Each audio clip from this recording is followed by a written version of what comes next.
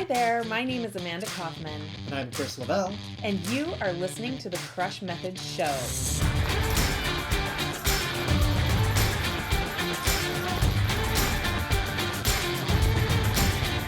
Join us each week for ideas to help you move your coaching business forward into service of others faster and with better results. We're committed to professionalism in coaching, and we want to help you get it done. Amanda here, and I am so inspired. I decided to do this special podcast episode that, there's no video with it because I am literally sitting here on a Friday night, and I was really, really moved and struck by something that a client had shared with me that really triggered something that just unlocked this whole floodgate of memories and frustration. And I wanted to share it with you because you very likely have the same exact habit. She said, I just want to be a coach. And I knew exactly what she meant.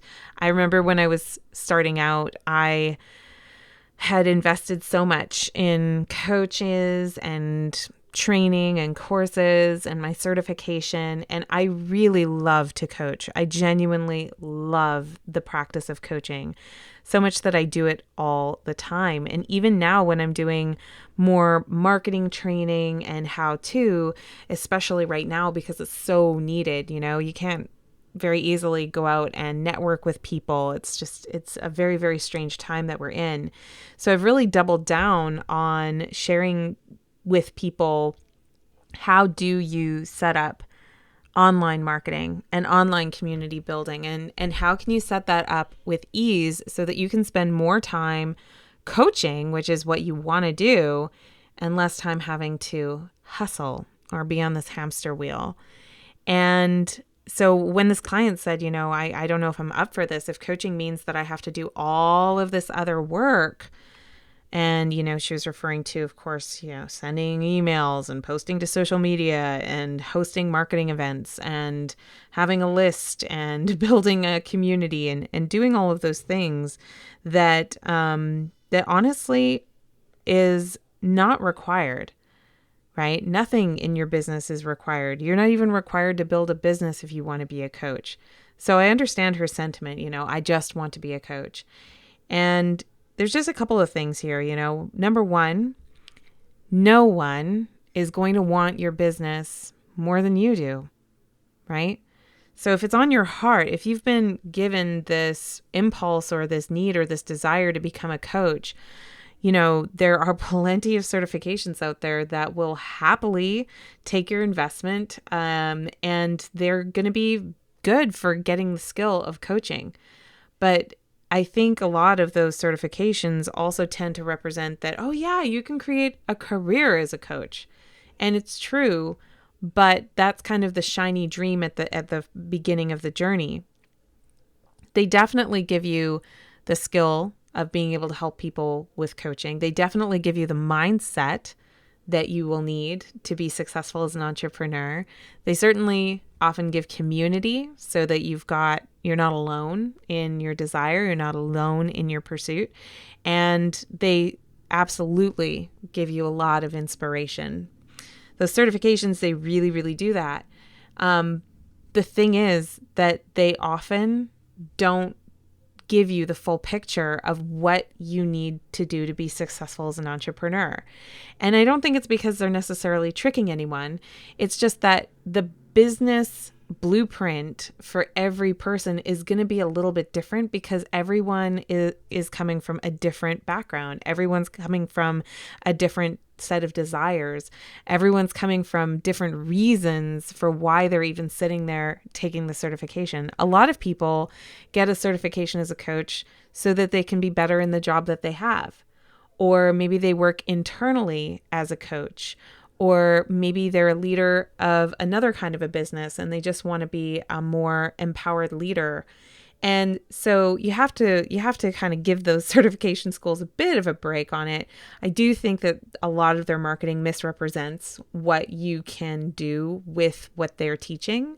But it is also understandable why they would do that, because They want you to come in the door to learn how to coach really, really well. So they're going to tell you what you need to hear to be able to make that decision. The problem is that you get into it and you very quickly realize that because everybody's on a different spectrum of what they want, and they're even on different spectrums from each other, that it becomes very difficult in those large format organizations to really teach what it takes to be successful in business. So they usually do kind of a once over lightly, tick the box sort of training.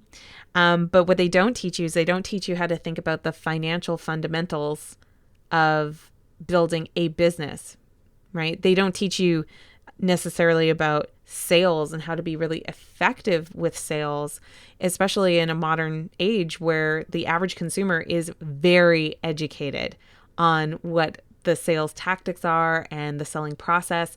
And so if you don't have a way to authentically connect, then how are you supposed to sell that coaching?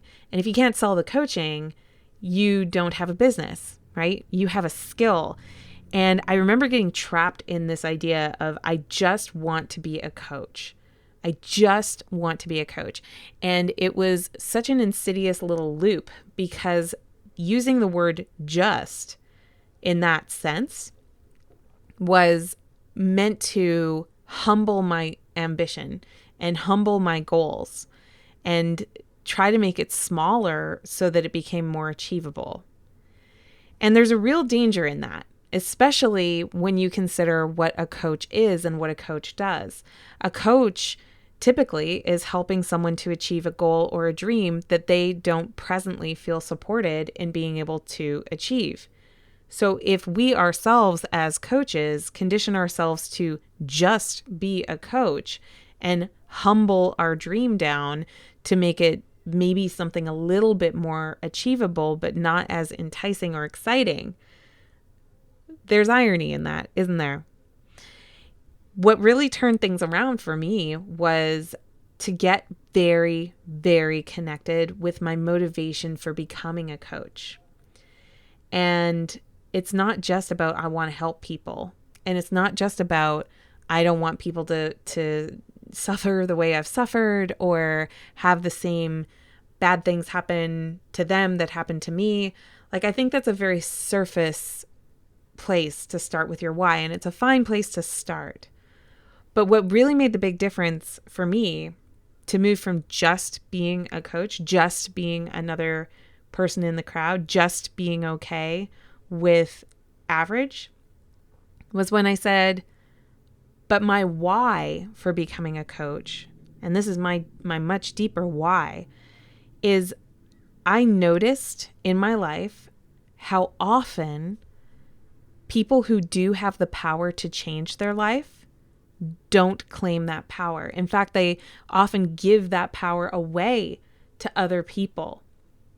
And as a coach, what I love to do, I don't call it empowering anyone. I don't empower anyone.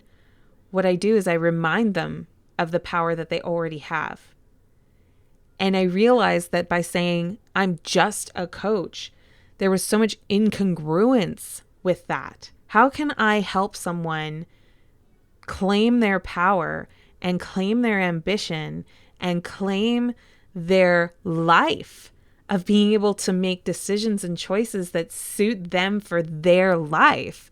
If I can't do that for myself, if I can't give myself the permission to think bigger and to admire my own ambition, what hope do I really have for being effective with other people? And so I hear that I just want to be a coach. And you want to know what's so funny is I used to tell myself I just want to be a coach, and I would use that as a reason not to learn the uncomfortable things. So for me, the uncomfortable things were how to sell, or how to be real about my financial commitments and targeting, and how to be real about my personal performance and productivity and follow through. When I was just a coach, it was almost like this ready-made excuse that I had to not push myself to go to the level that I knew that I really could. And I'm going to just let you know that it kept me small. It kept me giving my coaching away for practically free. It kept me from meeting new people. It kept me from trying new things. It also kept me from learning marketing, ironically enough. Now I'm teaching marketing, but I was so afraid of it. I was so afraid of what I didn't know. And I told myself, I just want to coach. And what's really interesting is that I did allow myself to embrace my ambition. When I got really connected, when I got really right down to it, I knew I really wanted to do this thing. And so I swallowed hard and I invested in getting coaches that were really, really awesome. And they taught me how to sell, and they taught me how to market and how to engage with community. And I read books and I read podcasts, and I basically dared myself to stop saying I'm just anything and to start embracing that what I want is bigger than what a lot of people want. And that's okay. It's okay to give yourself permission to have ambition. What wasn't okay was that I kept kidding myself that I didn't want it. So while I was stuck in this holding pattern of not learning the things I needed to learn, I at the same time was starting to really doubt myself and really doubt my ability to help anyone because I was just a coach. And so really, I just wanted to remind you or have a little conversation that maybe could lead to maybe some journaling, is to ask you, like, really, why? Why build a business as a coach? Why go and do this? It's not easy to build a coaching business. I don't want to sugarcoat that for you. And nowadays, with everybody being online, guess what? Marketing just got harder. Not because it's technically more difficult, but because everybody is now needing to follow similar channels as each other. So it's gotten more competitive. And so knowing that, how do you keep showing up? How do you keep doing what needs to be done? How do you keep going when you know that maybe the odds are stacked against you? And that is when you form the belief that you are no longer just a coach, that what you're doing is part of a mission and you're connected to that mission. And you realize that anything that's really worth having in life, you're going to have to work a little bit for it. You're maybe even going to have to work quite a lot and take chances and take risks and learn things that you don't know today and be willing to figure things out that you don't know how to figure out right now.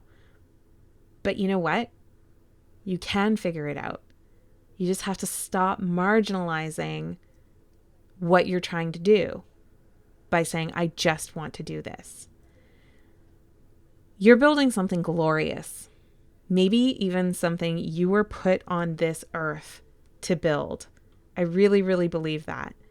And if you believe that too about what you're here to do, you'll run through walls. You'll do whatever it takes. You'll send those emails. You'll write those webinars. You'll do the work. You'll do what it takes. You will run through walls for something that you really believe in, but it really connects on a level that's much deeper than a surface desire. And it's about really asking yourself, what happens if you don't? If you don't do this? We all have those other paths. We all have those other options that we can go after. I will sometimes be on a conversation with a coach who's thinking about building a business and they're stuck and they're swirling, and I'll check in with them and I'll ask them, like, well, why are you doing this? And they won't be connected with that answer. They'll be connected with how coaching makes them feel, with how their coaching certification made them feel, but they're not yet connected with, but why build a business around it? Because business takes effort. Business entails risk. There's nothing guaranteed in business. Why take that on? And usually people tell me it's because they want freedom. But freedom from what? Freedom from risk? Freedom from discomfort? Freedom from what? Because usually they tell me they want time freedom, but at the same time, they feel like they have no power over their time. They tell me they want financial freedom, and at the same time, they don't actually know how much they want to make. They tell me they want location freedom, but they can't tell me why that's so important, because on a surface level, they're still thinking, I just want to be a coach. When I let myself think bigger of myself and of my goals, I started to actually achieve them. I started to learn how to write copy and do the marketing and do what was necessary to be able to just be a coach. You know, I don't spend my days doing much else other than coaching because I learned how to do those hard things that were necessary to be able to create a community, to create relationship with people. And I know what it's like to look at what other people have in their business and think, oh gosh, I'm just fill in the blank here. How could I possibly do anything bigger? And I just want to remind you, watch out for the word just. Watch out, especially if it's applied to your goals and your dreams, because it might just be the thing that's limiting you in your next big move. So I hope this was helpful. I hope this was inspirational, gave you something to think about. And you know what? You got this. You so got this. Have fun with that journal, coach. On that note, we want to thank you so much for tuning in. Can you please do us a favor? Please go ahead and subscribe to our show. And if you would please take a moment and rate and leave a review of our podcast, it'll really help folks find us. And if you're a coach who is building your practice, go check out www.thecrushmethod.com to find our latest free trainings and worksheets for coaches committed to making this crazy world of ours a better place.